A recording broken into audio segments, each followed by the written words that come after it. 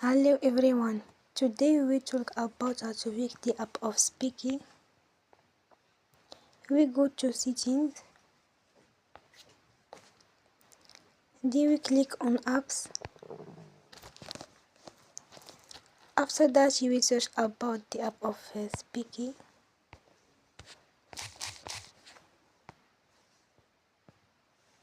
And you will click, then we will on for stop.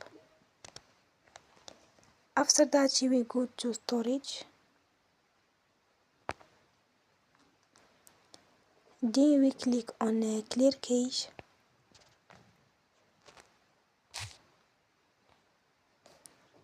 You will go to Play Store and you will update your app. Don't forget to support us by like and subscribe. See you next time and thank you for your attention.